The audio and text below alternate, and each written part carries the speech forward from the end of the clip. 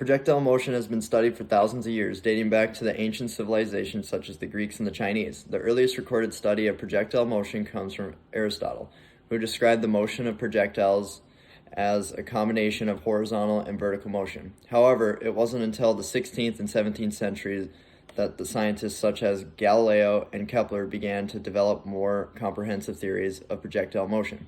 Galileo was particularly interested in the motion of projectiles and conducted numerous experiments to study the trajectory of falling objects. He discovered that the path of projectile was a parabolic curve, and he developed mathematical equations to describe the motion today.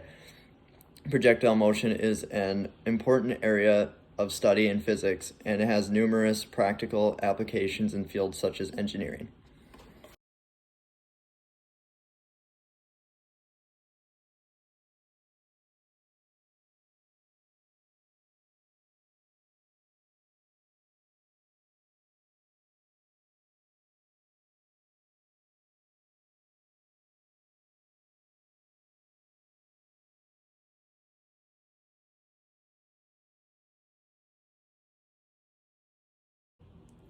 Okay, so our question, how effective are the dimples of a golf ball in limiting air resistance? So here's a couple golf balls. They have different kinds of dimples. This one's got like normal hexagon dimples. This one's got more circular. I don't know how easy it's gonna be to see on camera. Anyways, so here are numbers. My first shot had an initial velocity of 117 miles per hour, and it went 166 yards.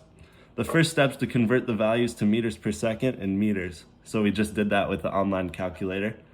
We got 52.3 meters per second and 151.8 meters for the total distance. Then I used kinematic equation to find the theoretical distance that the ball would travel in a vacuum with no air resistance.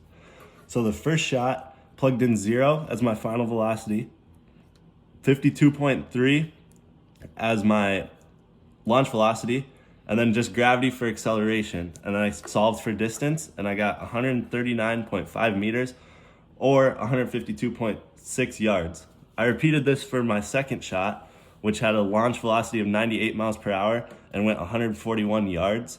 I converted those values again to get 43.8 meters per second and 128.9 meters. I then plugged them into the kinematic equation, found the theoretical distance in a vacuum.